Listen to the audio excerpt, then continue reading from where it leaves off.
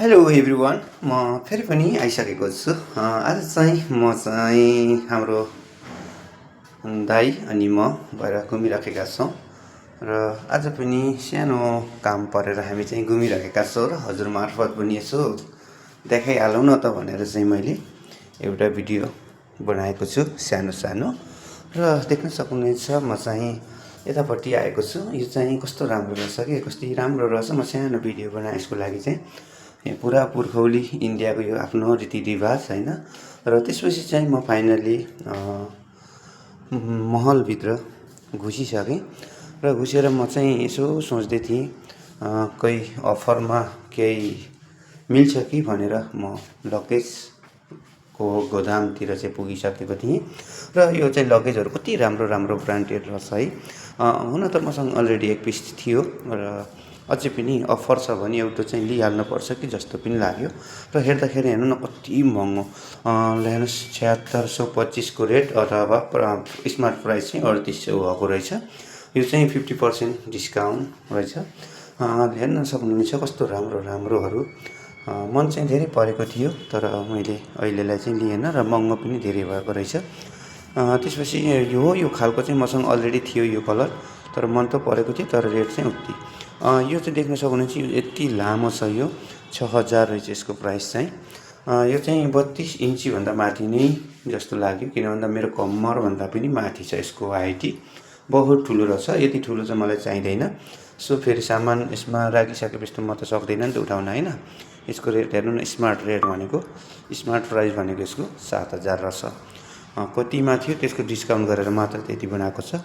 र देख्न सक्नुहुन्छ ब्यागहरूबाट लिएर लगेजको अब बच्चादेखि लिएर माउसम्म रहेछ पुरै साइज बाई साइजको हैन। र यतापट्टि यसको फेरि 74% अफ रहेछ तर पनि त्यसको रेट चाहिँ धेरै नै हो मेरो लागि है त। हजुरहरूले त किन्न सक्नुहुन्छ होला तर मेरो लागि चाहिँ लास्टै धेरै। र फाइनली म चाहिँ यतापट्टि आइसकेको। आज चाहिँ म सानो एउटा यो परफ्युम पनि किन्छु जस्तो लाग्यो। यो फग चाहिँ मैले धेरै युज गर्थेँ र मन पनि बहुत राम्रो मनपर्छ मलाई। आज चाहिँ के सोचेँ मैले बडी स्प्रे मैले धेरै युज गरेको थिएँ। सो आज चाहिँ बडी स्प्रे हैन आज चाहिँ म परफ्युम लान्छु भन्ने चाहिँ मन भयो। त्यसपछि सर्वप्रथम त मेरो लेडिजकै परफ्युममा हात गयो। लेडिजको परफ्युममा हात गइसकेपछि त्यो त मैले लानु पर्दैन किन भन्दा म अहिले घर जाँदैन नि त। म मेरो फ्यामिलीको लागि लान थियो तर अहिले लाँदैन म पछि लान्छु भनेर म चाहिँ अर्को जेन्ट्सको उयोतिर गएँ अनि यतापट्टि चाहिँ बडी स्प्रे नै छ। त्यसपछि मैले लिइसकेको छु। ल्याउनुहोस् यो चाहिँ मेरो परफ्युम हो सामुराई भनेर लेखेको रहेछ प्रयागको हैन। अनि यतापट्टि सबै सामानहरू कस्तो राम्रो राम्रो छ। यिनीहरू चाहिँ मसँग अलरेडी थियो त्यही भएर चाहिँ मैले लिएन। र यतापट्टि म सानो सानो भिडियो पनि बनाउँदैछु साइडहरूमा। यतापट्टि चाहिँ मान्छेहरू खासै रहेन रहेछ है। अनि पल्लो गल्लीमा चाहिँ टन्नै मान्छे थियो अनि त्यतापट्टि चाहिँ म गएन। र देख्न सक्नुहुन्छ उता पल्लोतिरपट्टि यहाँ काम गर्ने सिस्टरहरू ब्रदरहरू हुनुहुँदो रहेछ।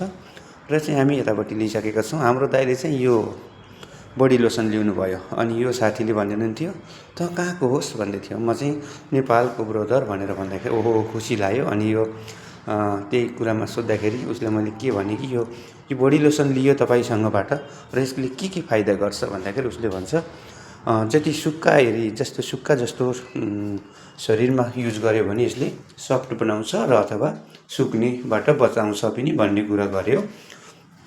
ओके फेस एन्ड और बडी मतलब सारै जग्गा लाउने यसको केही रहेछ सब जग्गा लगाउने सकिँदो रहेछ। र हाम्रो दाइले चाहिँ बडी स्प्रे देखाउँदैछ। यो चाहिँ मसँग अलरेडी थियो। ओके थ्याङ्क यू भन्दै हुनुहुन्छ उहाँबाट। ओके हामी चाहिँ यसै गरी सपिङ गरियो।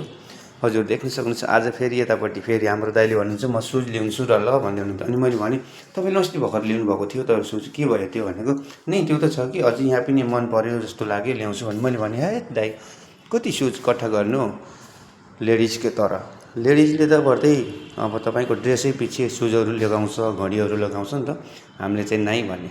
अनि यतापट्टि चाहिँ स्यान्डलहरू रहेछ लेडिजका र यतापट्टि सुज भइहाल्यो। त्यसपछि हाम्रो दाइले भन्नुभयो होइन त्यसो भए म चप्पल ल्याउँछु भन्नुभयो। मैले भने चप्पल किन ल्याउनु दाइ यार काम गर्दा अलरेडी हजुरसँग स्पोर्ट्स सुज छँदैछ अनि किन ल्याउनु अब अहिले त्यो फाटेपछि ल्याउला नि त। यो टाढाको महल भएन नजिकै छ आउँला भोलि पर्सि आउँला अथवा फाटेपछि आउँला भन्नेतिर पनि गयो हैन। त्यसपछि दाइले भन्नुभयो होइन यसो जाउँ न त फेरि फेरि अझै हेरौँ भन्नुहुन्छ। मैले भने दाइ भयो भनिदिनुहोस्, यो खासै राम्रो हुँदैन, यो ब्रान्डेडहरू खासै लोकल ब्रान्ड जस्तो लाग्यो, लोकल माल जस्तो लाग्यो भने मैले। अनि दाइले चाहिँ हेर्न छोड्नु हुँदैन, पारिपट्टि हेर्दै हुनुहुन्छ।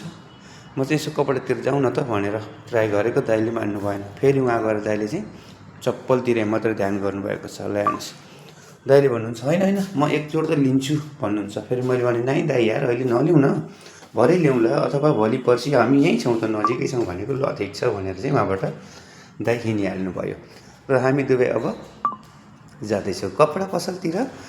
कपडा पसलतिर चाहिँ के छ भन्दाखेरि हेर्नुहोस्, खासमा मैले चाहिँ केही पनि लिन चाहिँ आएको थिएन, मात्र बडी पर्फ्युम अनि हाम्रो दाइले चाहिँ बडी लोसन लिनुभयो र चाहिँ उहाँ गएको मलाई एउटा यो मन पर्यो, नलिउँ जस्तो लागेको थियो, तर हेर्दा हेर्दै मन पर्यो। ल त भनेर चाहिँ मसँग अलरेडी थियो नि त, सो त्यो भएर चाहिँ म लिएँ। अझै पनि म सुजतिर चाहिँ उहाँ पल्केको हुन्छ। मैले उहाँलाई कति कर लाग्यो, सुज नलिनु दाइ अहिले नलिनुहोस् भनेको मान्नु भएन। अनि म चाहिँ यता गएँ। यो चाहिँ रूपा नाम गरेको एउटा बन्डी मतलब बनियान होइन, 2 पिसवाला प्याक रहेछ, युनिट 2 पिस युनिटवाला।